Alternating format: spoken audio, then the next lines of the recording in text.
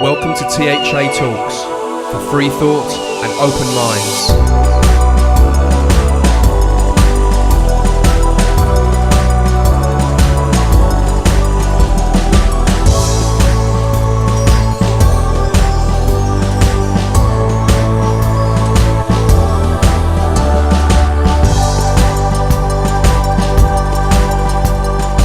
Hello, I'm Paul Obitelli and welcome to another edition of THA Talks, the alternative podcast show from the UK.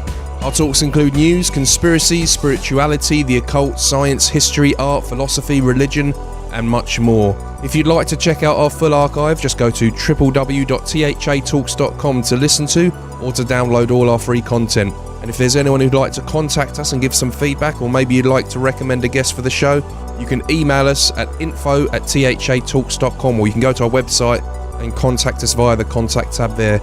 And don't forget, you can subscribe to the show via our RSS feed, and you can also find us on iTunes and Stitcher and many other podcast directories out there.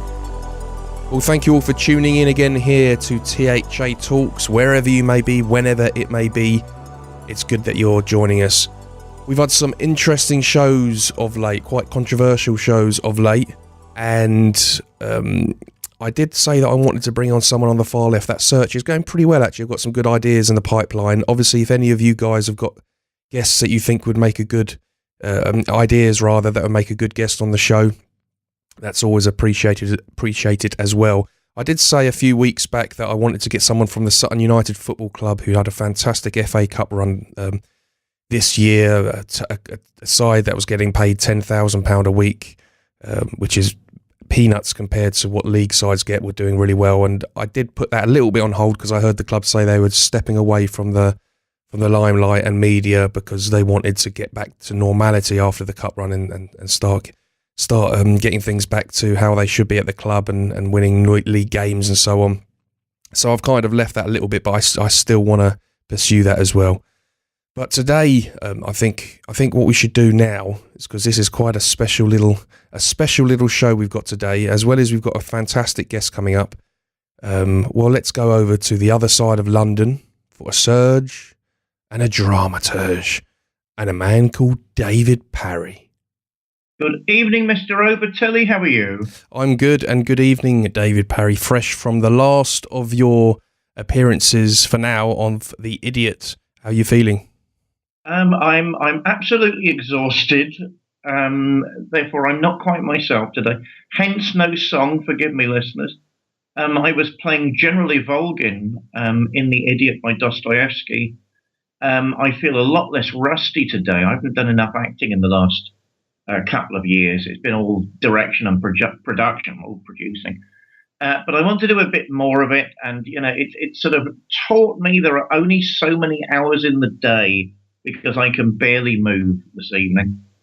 Yeah, well, I remember coming to the end of the Shakespeare Tonight one. You kind of feel a sense of sorry, because you've had such a strong connection with a character and characters and the whole energy of it all, and then it suddenly just stops, and so you feel an emptiness. But you also feel a sense of relief because the responsibility is off your shoulders. So it's a kind of a very mixed run of feelings, isn't it?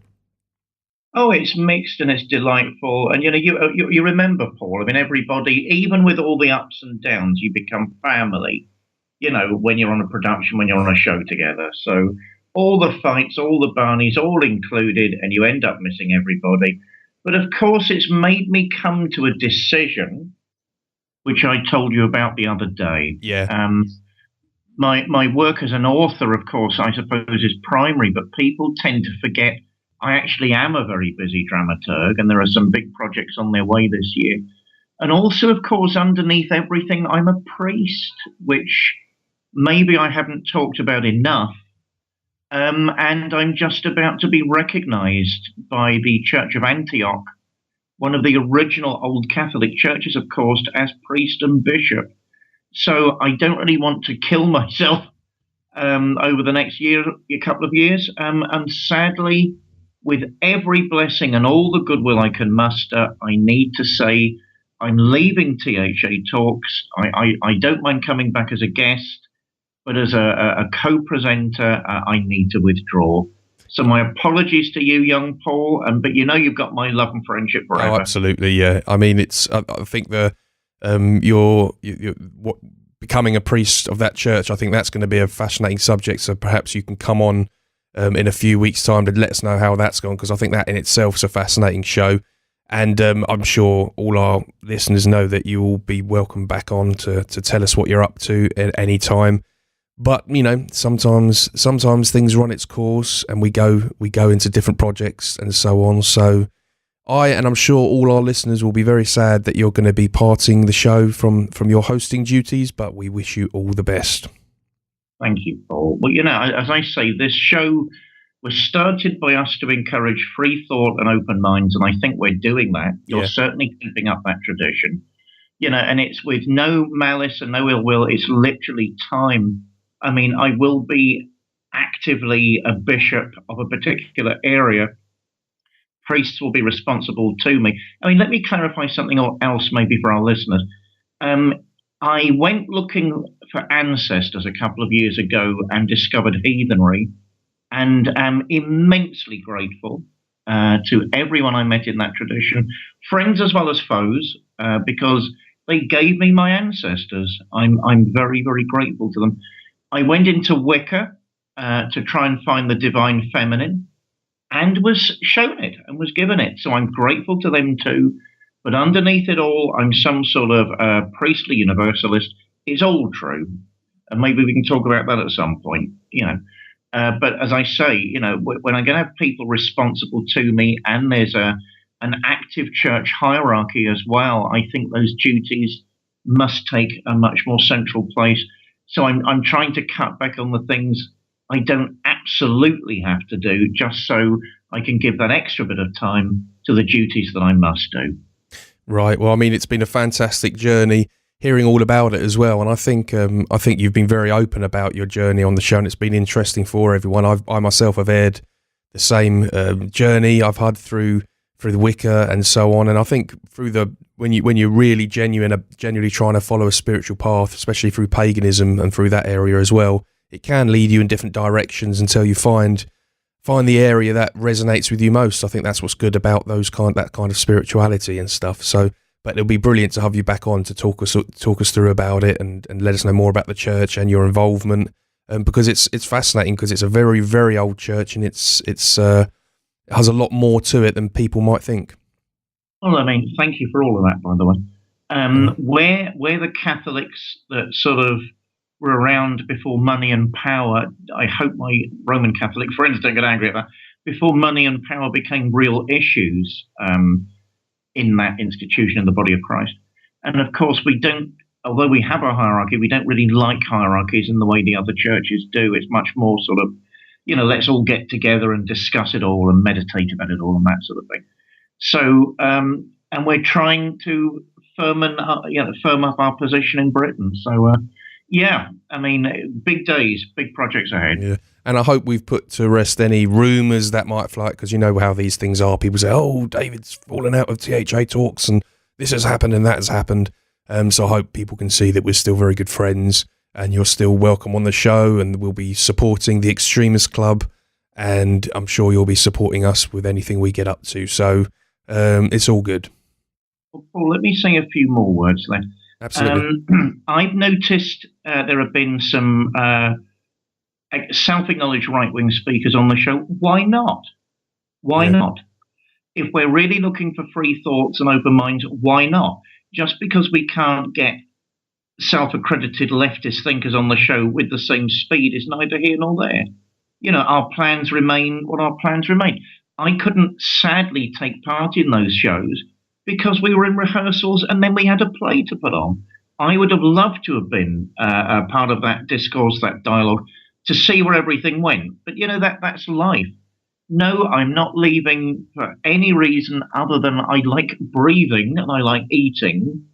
And, as I say, it's been one of anyone that knows me like you knows, excuse me, I'm a bit of a workaholic, but, I'm also human. And I need to be able to draw in my horns at times, and this is one of those times. Right. Well, okay. I mean, as I say, we'll be looking forward to you coming on to let us know about the church and what you're up to, and that won't be that won't be too far away now. So you'll be back soon to let us know all about that. This evening, we're going to be welcoming back Douglas Myrick, who last came on the show during edition 65 to let us know all about Novanetics, smelling a new state of mind, how smelling therapy and the law of attraction. And we're going to be, if you'd like to check out those shows, I think it's edition 16 and 65. 15 and 65, where Douglas joined us last, and is always very interesting, and he's going to be interesting this time as well. So I think we should crack on, don't you? Paul, my dear, let's get to it.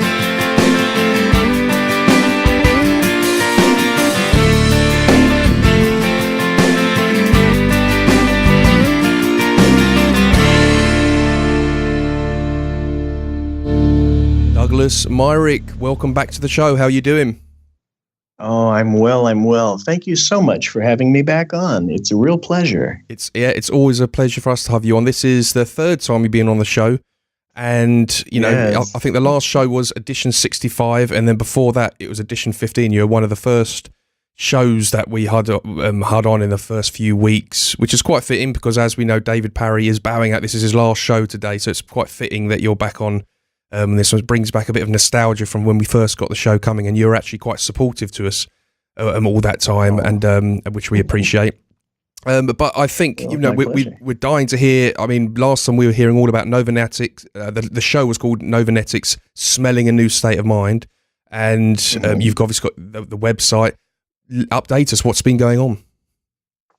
Well, since we last talked, I've had to do a complete revamp of things, and at a suggestion that was brought to me by a journalist who used to live in this area. He said, Novanetics is a great name, but it's a very familiar sounding name. I want you to call a certain company and make sure with their legal department that they don't have a problem with that, because you're both in the self-help area and it sounds similar. And in fact, it's spelled similarly. So I said, that's a great idea. So I called them. They were very, very friendly, very congenial. And within 2 weeks, I had their answer. They said, we really do have some discomfort with that. Would you please consider changing the name? At which point I said, absolutely. My pleasure to do so. And in a way, I'm glad, because the new name, AromaNetix, really speaks to one of the big issues that we have, which is the use of aroma to help create change. So it was kind of a blessing in disguise. Right. Okay. So the new name is AromaNetix, and that's the. That's right. Is the website called AromaNetix now, or? Yes, that's in the works. It's not up yet. We have the domain secured, and it's the new spelling is AROMA, capital NETIX. Okay. And it's .com. We also have .org. Okay, so I mean, many of our listeners would have obviously heard you in our previous editions. For those who maybe haven't heard it, could you give them a synopsis, a rundown of what AromaNetix actually does? Oh, well, absolutely. And a lot of this has developed again since the last time we spoke. I'll be brief. Many years ago, I flunked out of college, and the reason was never entirely understood either by me or the academic professor, the advisor. And what I mean by that is, for 2 full academic years, 1990 through 1992, my grades just progressively went down, down, down. Now, in short, I would set foot on campus and I would break out into this tremendous fit of shaking and sweating. I would have these anxiety attacks come over me. And I knew the moment I left campus, literally removed my feet from the grounds, the anxiety would stop. The panic attack would stop. Now, what trouble I ran into was I couldn't sit through class, shaking, sweating profusely, with this impending fear of doom on me. It made going to any class unbearable. I struggled through it for 3 semesters. By the end of the 4th, they removed me from the university system with a glorious 0.85 grade point average. Can you imagine? And after that, for many, many years, I struggled. I had over 50 jobs out in the private sector, and I never understood why I blew my own chances at getting a basic college education.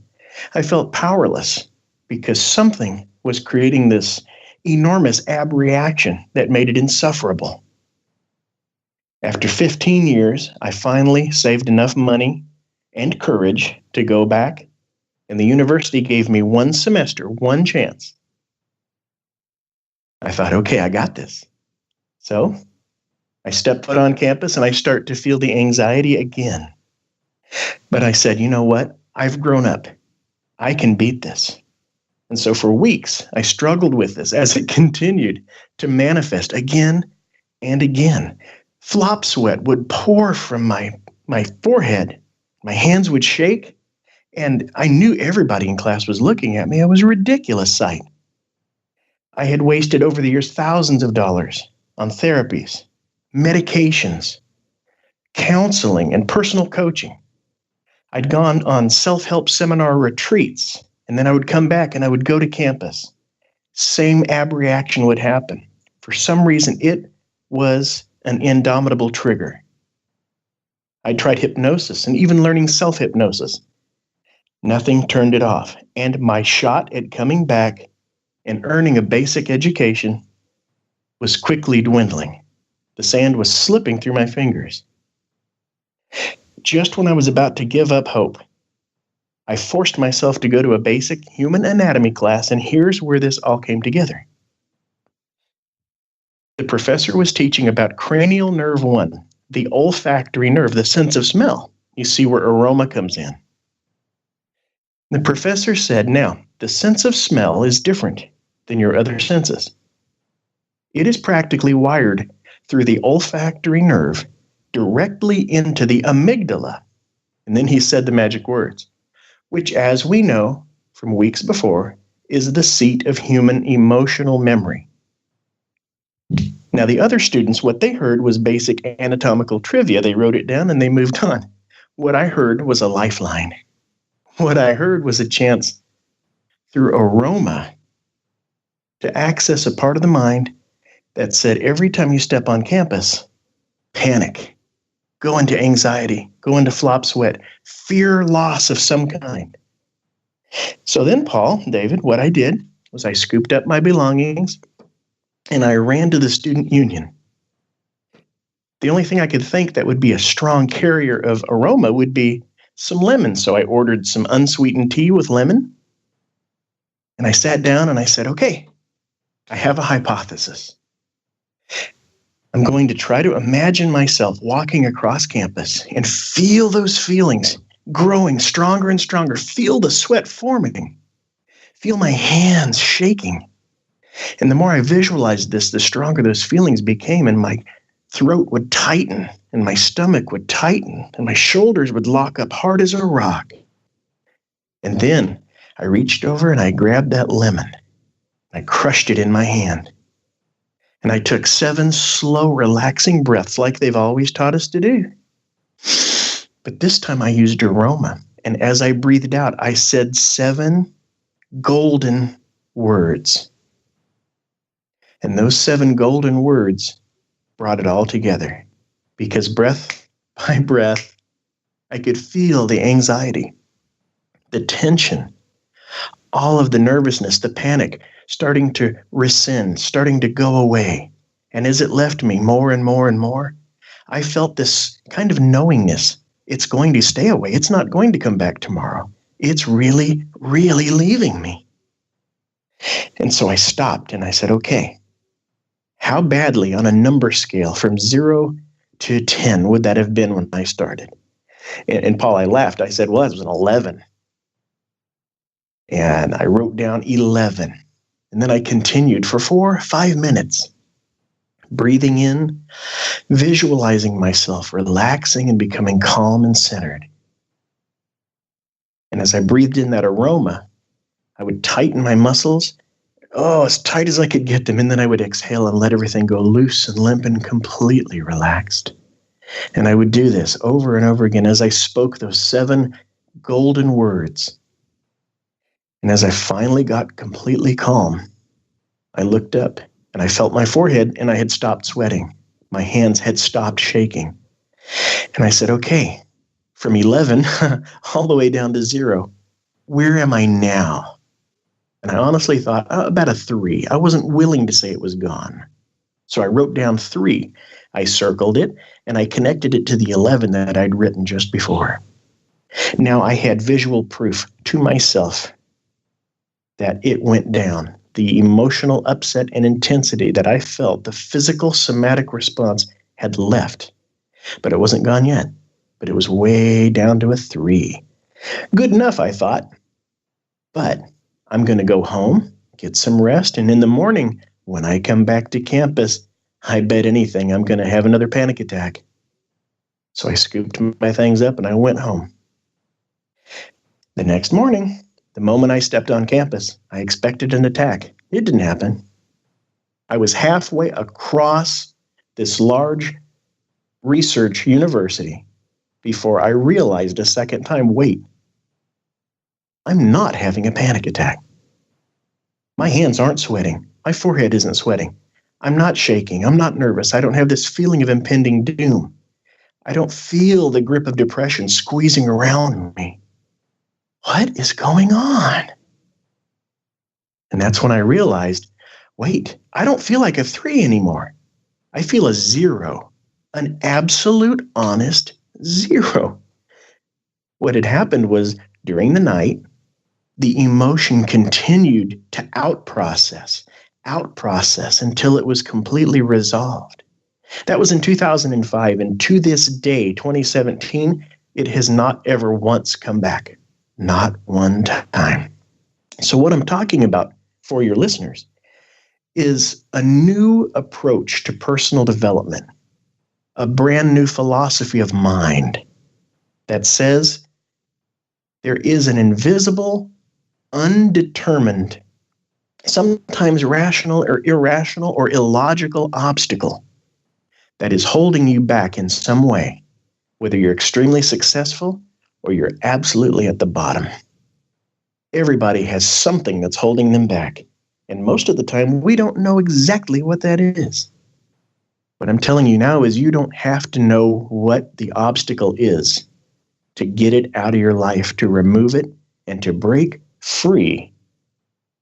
And I know this because this saved my life. Right. And I have something for the listeners.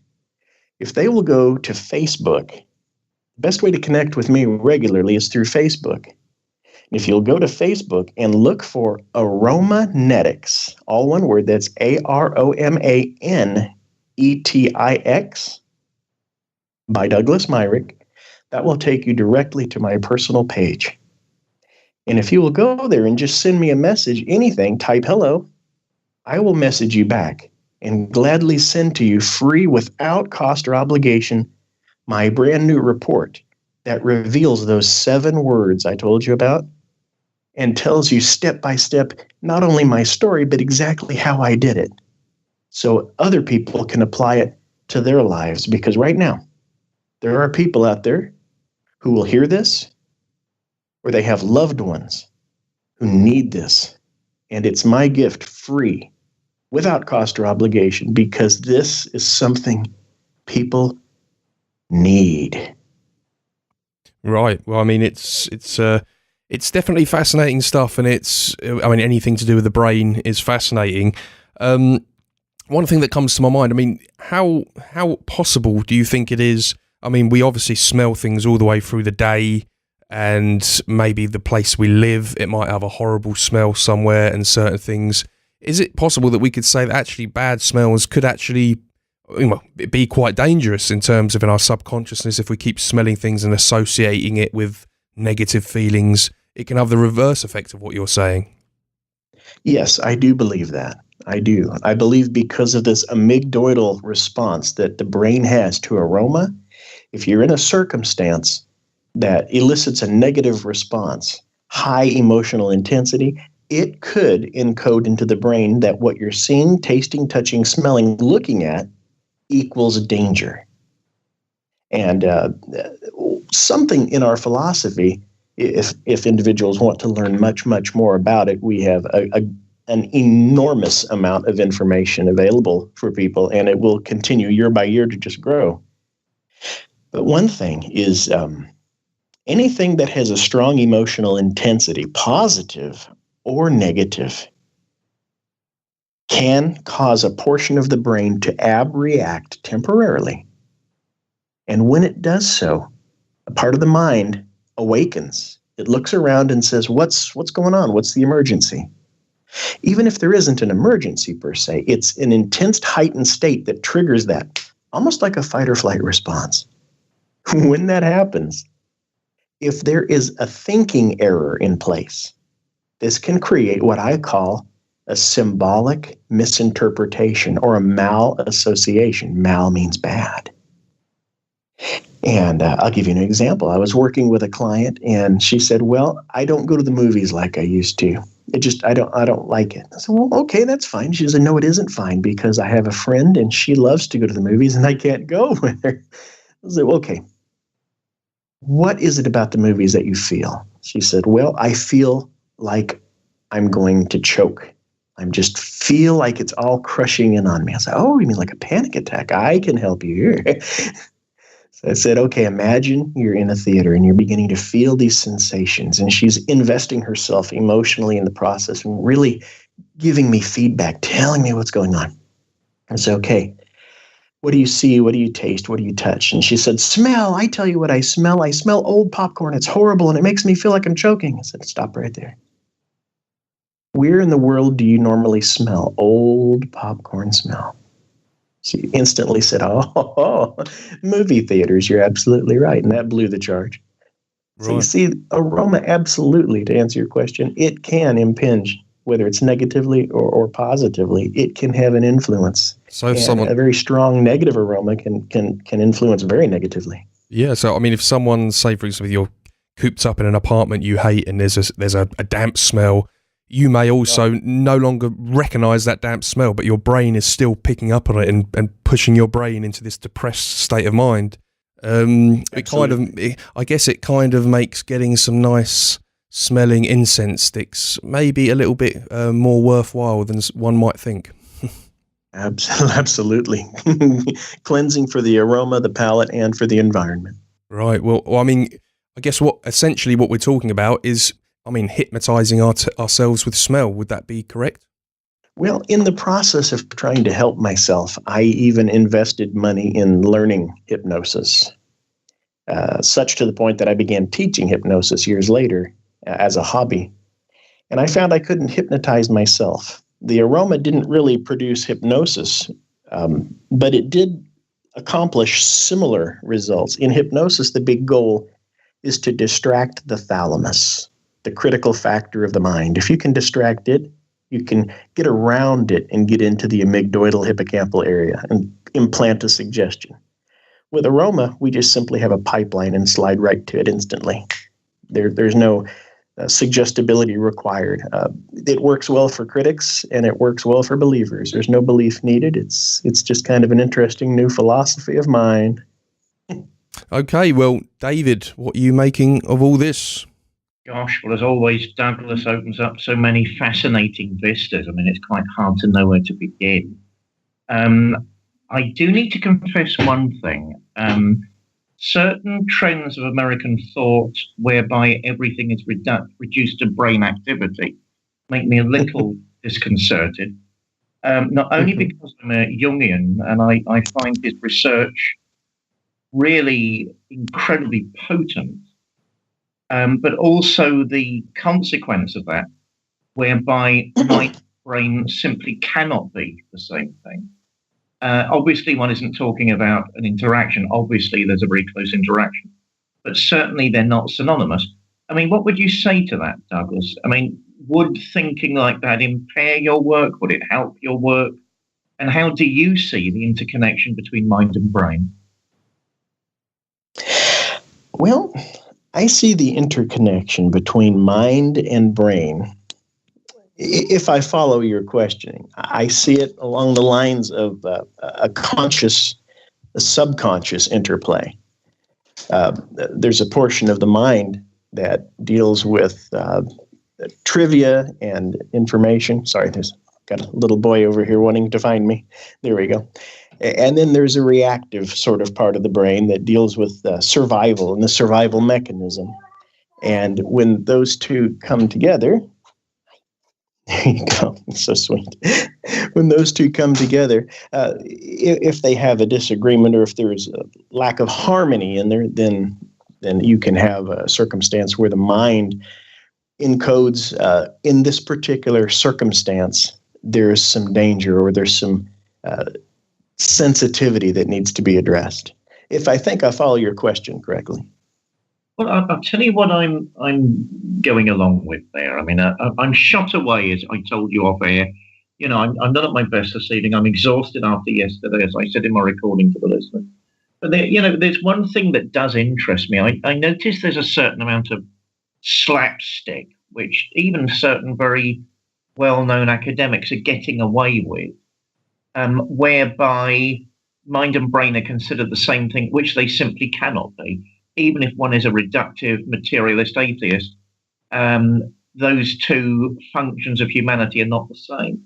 I'd cite actually someone I don't agree with, Professor Stephen Rose of the Open University, who is a reductive, materialist atheist, as far as I know. Mind must be seen as the brain and body working together at the very least, as well as the mystery of consciousness. Therefore, I'm wondering where the triggers for all this come in. It's all well and good for me, I suppose, to say that it gets into central parts of the cerebellum, but surely that's only half the story. What do you think of that, Douglas? Well, over the years, I have a hypothesis that I've developed that I think, and this is because at our advanced levels of technique, we're not dealing with close your eyes and picture this, close your eyes and feel this. We're really using techniques that involve having the individual experience variations from a different perspective entirely. For example, a person could imagine that they exit their body and now they're pure potentiality, and they're given access to knowledge that they don't normally have. Now, leave that individual experience and double it so that now there are two of you. You would extinguish the first, and now you are a second degree or twice removed, pure being, a being of pure potentiality.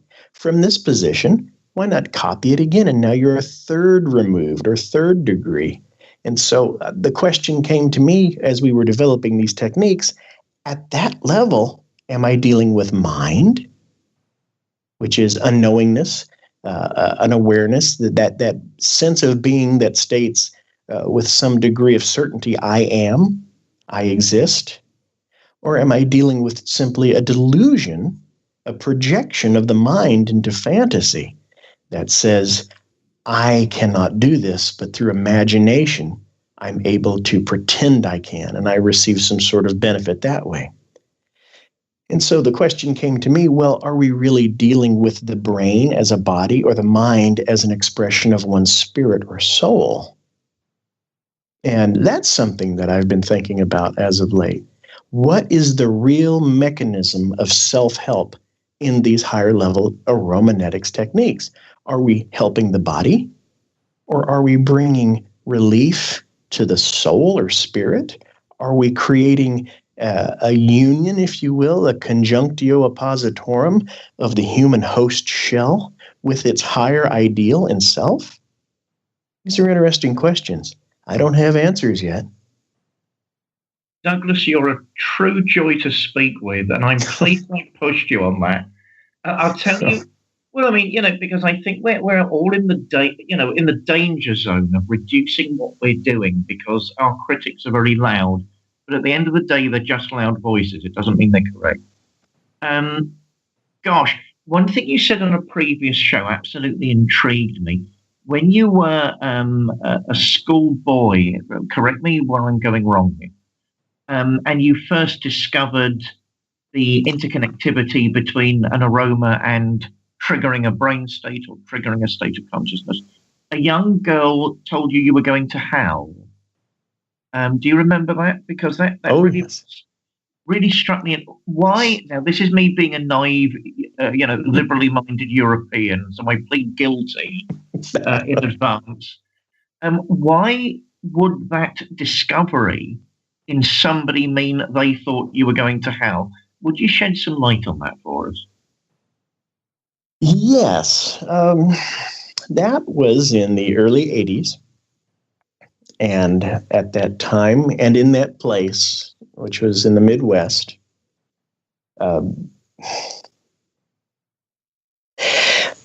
ideals stretching back to New Thought and forward to what some would consider to be out of the ordinary or even occult, which simply means hidden. They were viewed by people as being dangerous. And what this very young girl was simply parroting was what she had grown up with, which was a culture of normalcy, which is fine to have. You know, religion is a perfectly wonderful thing to have if a person keeps it in the confines of their own home or their own mind. You know, and a great many wonderful laws and rules have been self-policed throughout millennia because individuals were doing the right thing at the right time, even when a person of authority wasn't there to watch them. They were able to self-police. Where, for my experience, it really stepped over the line and, frankly, as a young child, scared me, was when this young, well-meaning, fundamental girl said to me after I confided in her, scared, I didn't understand what had happened or what it is that I'd achieved with this strange interplay of aroma, visualization, and using verbal affirmation with intention. Because I had no coach. I wasn't raised to do things like that. It just simply felt intuitively like the right thing to do. And sure enough, what I had intended manifested almost with perfect specificity. And it scared me because, you know, we don't rub genie bottles. We don't get wishes granted. And yet here it was. And it was not coincidence. It was frightening in the way that it came to be. And my very first experience with what today we now know to simply be the law of attraction and how to manifest one's intention. Incidentally, the use of aroma in a certain way magnifies one's ability to consistently use the law of attraction as they intended. And so there I was, and this young girl said to me, well, that's clearly some sort of occult or witchcraft. You had better change your ways or you are going to hell. And I didn't come from a family that attended church all the time, but I knew enough about it that I should be scared, and I felt terrified. I thought, what have I done? And that was when I got my first real glimpse at a bigger world, because all that day I said to myself, what sort of a God would give somebody an ability, let them stumble across it, and then punish them eternally in the worst way because they found it? That can't seem divine. Absolutely wonderful. Absolutely wonderful. Before I bring Paul in, because as you know, I'm shattered, so I'm here, but I'm not this evening. This is a technical question for me. Yes. I haven't done much acting in the last couple of years, which may be one of the reasons I'm exhausted today. Can you give me any advice, and fellow thespians any advice, for not only keeping their energy levels up, but learning lines more speedily? Have you ever thought of anything like that, Douglas, and what would you suggest? Yes, sir, I can. In 2005, I stumbled across this. I graduated university in 2010. I had a great deal of makeup work to do, getting my grade point average high enough. And something that I stumbled across with the help of a professor who suggested it is a blend of aroma. And the professor, she said to me, Douglas, if you will study before class and then again come back to your aroma without the notes, after class, you will find a marked increase in your ability to not only retain it, but to make some sense of it. So I said, okay, what is it? She said, well, you need to get some rosemary essential oil or rosemary herb and mix a little bit of either peppermint or cinnamon in there. And then she said, I want you to mix it with this certain type of oil. Well, we now know it's a carrier oil. It was coconut oil. And all the way through your first time, the first time you expose yourself to the material before lecture, you're reading ahead of time, as students usually do. I want you to breathe this in the whole time you're studying the new material. And I want you to flood your body with the feeling that it's safe. Just keep telling yourself, I'm safe. I'm safe. And I said, okay, that seems really weird, but my thing is weird, so let's do this. And she was right. She was absolutely right. And this was for anatomy. No, this was physiology, actually. Very, very, for me, very difficult class. And suddenly my quiz scores were up in the high 90s and the hundreds. It was amazing, the difference. So I would say to anyone wishing to increase their retention of information, to learn their lines, to up their energy, a little rosemary. I'm sorry, rosemary is what it was. Rosemary with either cinnamon or peppermint oil. And just breathe that in gently and enjoy that. And go about learning your lines or go about learning your new material. Flood your body with the feeling of safety and confidence that all is right and will be ever more so right. And for me, I can attest that has worked well. And I hope that that's something that the thespians and future thespians out there can get and can enjoy. And I hope they credit David for that. That's wonderful. Well, I'm going to be very cheeky and tell you something on air that I was going to say for later on. I may be in the process of planning a double act for you and me based on training of actors. And I will be contacting you by the end of the month to say, look, this is a proposal I've got. Maybe we can get you over to Europe and go to some places by up and coming young actors and share these techniques. So that sounds fun. Well, I mean, I think, you know how much I respect you and your work, Douglas. You've just said something absolutely fascinating. And I think, let's actually get this show on the road, as they say. I love it. All over. Penny, where are you, my dear? I'm listening very eagerly. No, that sounds like a great idea, that last one as well. That's one of the things which I wouldn't say I struggled with, but I realised how much concentration is needed for learning your lines and stuff. Because as a musician, which I was had more experience with, you could pick up a guitar and go on stage and jam. And if you forgot a little bit, if you're a good guitar, you can jam and get your way through it. But with acting, every single line, the way you say every single line, where you're standing when you say it, all counts. And that was one of the experiences I had, is concentration. So yeah, I mean, what Douglas is essentially talking about as well is concentration as well, really strong, focused concentration. So it makes absolute sense that in drama and learning lines and your character, absolutely it's relevant, and I can vouch for that as well. It sounded very interesting. What I'd like to touch on as well is, I mean, there's been a lot of have you heard of chaos magic, Douglas? I'm sure on the internet there's kind of like a new occult movement of chaos magic. I'm not too sure it's actually new, because to me it sounds quite shamanic. It's just like a modern form of shamanism.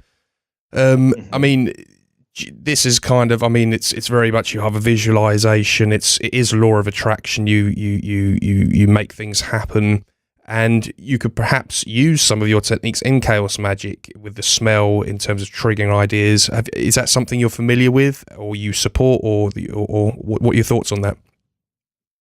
Well, as far as using that ability, yes, we were created with this ability, and we have. And I was privileged years ago to join a certain secretive order. There's no need to be secret about it. It's the order of the Freemasons. Right. And up to the 32nd degree in the Scottish Rite, as best as you can get here in America. Right. And because of that, many times we would receive in our lodges visiting brethren from everywhere, and one was in Europe. And this fellow was very interesting. He was from the Martinist order. Right. And he was very, very well read and could speak at length. I mean, it was like sitting with Albert Pike right in front of you. It was remarkable. And he, many, many years ago, had shared with me, he said, you know, that your idea about using aroma to relax an individual is only the beginning. That's the first step. He said, if you think about it, you're going to find many different uses for this. And he said, I will set you on the path. He says, if you can take away something from you that hurts, you could also increase something that helps. Right. And that took me some time to figure out the technicality of it, but it does work. We use it. It's called potentiation. And if a person has a confidence or a strength, they're a performer and they want to boost their confidence and really go out and nail it, even on an off night, absolutely, potentiation techniques. In a few seconds, they fire off their encoded little technique, or maybe they're touching their fingertips together or whatever it is, and they smell that aroma and bang, for hours, they're back into that peak state. It's remarkable. So you can take pain away, emotional pain, suffering, hurt, the worst kind of trauma, and you can not only take the pain away, but you can also boost the strength, the power.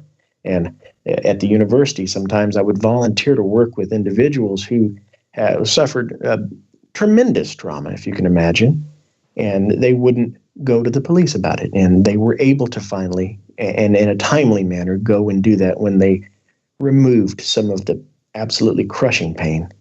And they were able to empower themselves and move past fury into focus. And when they did that, they reclaimed the ability to be assertive and to demand justice for themselves. And I think that that's wonderful. As far as chaos magic or anything else, yes, I believe that if a person uses aroma, they can augment their individual craft or their intentionality. And like electricity, I will disclose, it may be used for the best of purposes, or it may be used for other purposes. I believe that there will come a time when an individual will be able to blend these and maybe even come up with an entirely new philosophy of mind. Who knows? Right, yeah, that makes sense. Touching on your involvement with the Freemasons, obviously, I know that it's a secret order. There's certain things that that wouldn't be appreciated if you said. So feel free to not answer if there's anything like that. But I mean, from what I've been told or heard through certain sources, is that one of the main. I mean, it's a Freemason friend of mine. One of the main kind of, I suppose, the closest thing you have to a spiritual belief is that you actually do believe there's something above us, something that's a creator of some sort. Doesn't have to be the same, but you just have that philosophy. First question, Yes. is that true? And secondly, if that is, I mean, when we talk about the law of attraction, are we talking about, do you think that it's channeling a creative force, an outer being or thing or presence that's assisting us, or would you say that it's just our minds are far more amazing and creative than we actually think, and it's us, it's very much us and not a divine being? It's quite a deep question, but yeah. It is. It's a deep question. I would say the answer is both. Right. Here's what I mean.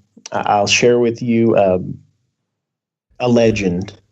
In my work at some point, I'll include it in a book or a program or something in the entirety. But there's a legend, and this is entirely mythological. I don't assert now that this really happened. It's simply for metaphorical use, and a person like a buffet can take from it, or any of these teachings, what resonates with them, and anything that they don't like, just leave it. Someone else will eat that, No plate looks the same. Yeah. But the legends state that at the fall of the angels, a third of the angels fell. And it is asserted in this mythological sort of legend that the angels themselves, the lower angels, were given a chance that the light bearer did not receive. And that chance was to go into human bodies through rebirth over and over again, to experience the folly, the suffering, the pain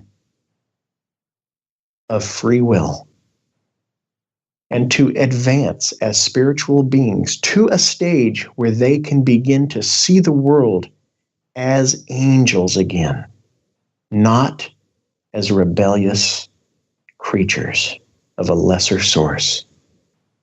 And that through this redemption, and rebirth, they were able to return to that wonderful angelic realm from whence they came. But they had to earn the redemption. I always thought that was kind of an interesting story. What a nice movie that would make, I suppose, if somebody were able to write a screenplay for it or something. Oh, yeah. No, a lot of religious mythology and so on, it's got the best stories, and it's always where the inspiration comes from, really, isn't it? So, well, to answer and to answer your earlier questions, if and only if there were any truth whatsoever to the notion that you aren't a human with a spirit, but you are an angel of divine power, trapped in a human body, with amnesia to your glory, your ability, and your creative process, wouldn't it make sense that some of those abilities could start to leak through with just a little bit of ritualistic introspection? Maybe what we're tapping into is our true, dynamic, magnificent self. Maybe. Nice thought. Yeah. Well. I mean, that's it's certainly getting. I bet you that's getting a lot of minds thinking about that one. David, we're pressing towards that sort of time. Is there anything else you'd like to chip in here before we get to that time? No, I think Douglas has said a great deal, and to be honest, I'm being cheeky and deliberately not asking certain things because I want him to come over here and say it with me from a platform, so, which we will be charging money for. Oh, very good. No, Paul, that's me done for the evening. Great. Okay. Well, Douglas, same to you. I mean, is there anything you'd like to let our listeners know about? Anything else you'd like to say before we wrap it up? I would invite them again to come to our Facebook our Facebook page, AromaNetix, AromaNetix, by Douglas Myrick, Myrick, and send me a line, send me a private message, or just pop in and say, hello, I'd like that free report. When they do that, I'll get their email information, which I'll keep confidential. We don't sell that. And I'll send them this report and how I broke the back of crippling anxiety, panic, and depression with 7 simple words and aroma. And I'll send that to them for free. And that will include our story and our big idea and a philosophy of mind that they can use like a buffet, and they can absorb from it what they will and just discard the rest. And in so doing, I think that most anybody can find something useful from that. Right. Well, that sounds very tempting indeed. I'm sure some of our listeners will definitely do that. And it's been great having you back on again, Douglas. It's always a pleasure, and always have an interesting conversation with you. So I hope it won't be too long before you come back on the show again. Oh, thank you so much. It's a pleasure being back. And I would say to David as well, thank you for allowing me to be here on your last program with THA Talks. It's a real pleasure to speak with both of you. Thank you. The honor was mine, and I regard you both as good friends and colleagues these days. And it's a true joy to have you on the show.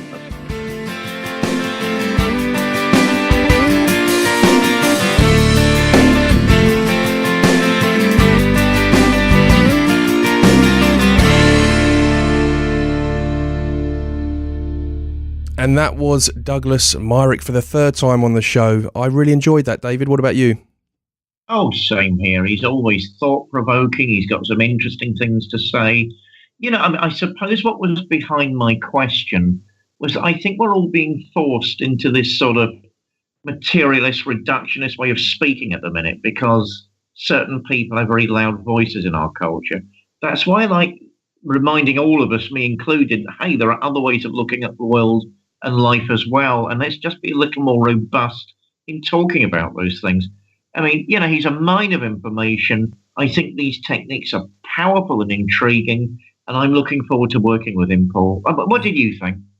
Brilliant. Well, I think people don't think about this stuff enough. You know, it's kind of you get up, you go to work, you do your things, And all this is kind of can come across. Well, there is a lot of nonsense out there, so sometimes you've got to sort of separate what's genuine, what's nonsense. I think you and I pretty much know. I mean, what Douglas is talking about isn't nonsense. He's hitting on some very, very relevant and some relevant science, and he goes into spirituality as well. But it's just fascinating stuff, and it's interesting for people to learn more about it and to understand there is more things that affect their life than maybe they think does. Well, as I say, I'm convinced what I can do is get him across here at some point in the not too dim and distant future, and at the very least, fascinate and intrigue theatre students. And I think with the world. With my world, I think I can see a great crossover there. I'm losing it, Paul. Let's round this off. I'm falling asleep. Yeah. Well, I've really enjoyed hosting all the shows we've done up until now, David. Obviously, THA Talks is always open to you, and we won't write off that. Sometime in the future, you may come back. The door's always open. I know that, and I think we can confidently say you'll certainly be back to do a show for us and let us know what you're up to. Particularly, which I think you will be back pretty soon, so we won't be totally hearing the last of you now, because I think in the next 2 or 3 weeks you'll be back to do a show letting us all know about this new church that you're getting deeply involved with and the history of it, and which I think all of our listeners can really look forward to that one. It's been an amazing journey. We've covered some very, very serious topics. We've had some very big names on this show. As I sometimes say to our listeners, we've done amazing things in a very short space of time. You're a gifted, naturally charming presenter. Oh, thank you. And I'm sure THA, under your guidance, will go from strength to strength. Well, thank you very much. And yes, I think that's what we got time for. And it has been an honour, David. And I'm going to look forward to the next show that's going to come up with you, where you can update us. So we won't get it won't get too much David Parry withdrawal symptoms before you're back for another hit with us. No, that's not the idea. Yeah. Onwards and upwards for us all. Absolutely, and that is all we got time for this week. So thank you to everyone for tuning in. Thank you for linking the show, telling your friends about the show, and of course, thank you for downloading the show. We have got some really good guests in the pipeline coming up, and of course, we will have some announcements on some other hosts that are going to be contributing to the show. That's some exciting news as well. So thanks again, and we're going to be looking forward to the next time. Thank you, David Parry, and thank you to everyone who's supported the show and is a part of its community. Till the next time, bye. Chelsea.